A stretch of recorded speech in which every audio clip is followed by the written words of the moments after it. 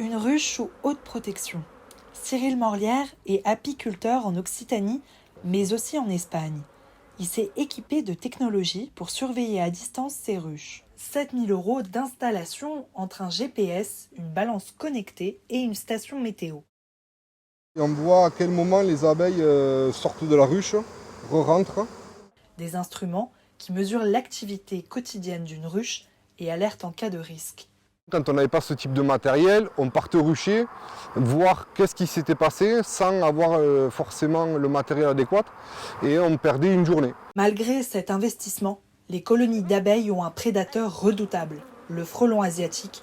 Là, on a des ruchers de 100 ruches qui se font anéantir par le frelon.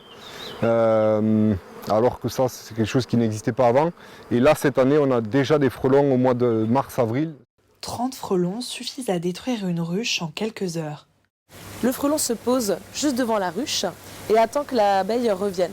En fait, ce qui se passe, c'est que le frelon attrape l'abeille, lui déchire le thorax, s'en fait une petite boule, la mâche et l'amène après dans son nid pour nourrir les petits, les larves.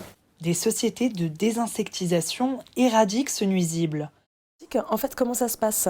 On remplit la poudreuse avec une poudre spéciale qui nous permet de perforer le nid et on envoie directement la poudre à l'intérieur.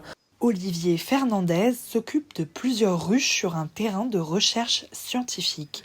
Les butineuses ont réduit de 57% dans les ruches. Donc les pesticides, les perturbateurs endocriniens, la pollution industrielle et automobile. Et puis ensuite, on a maintenant le changement climatique qui entre en jeu.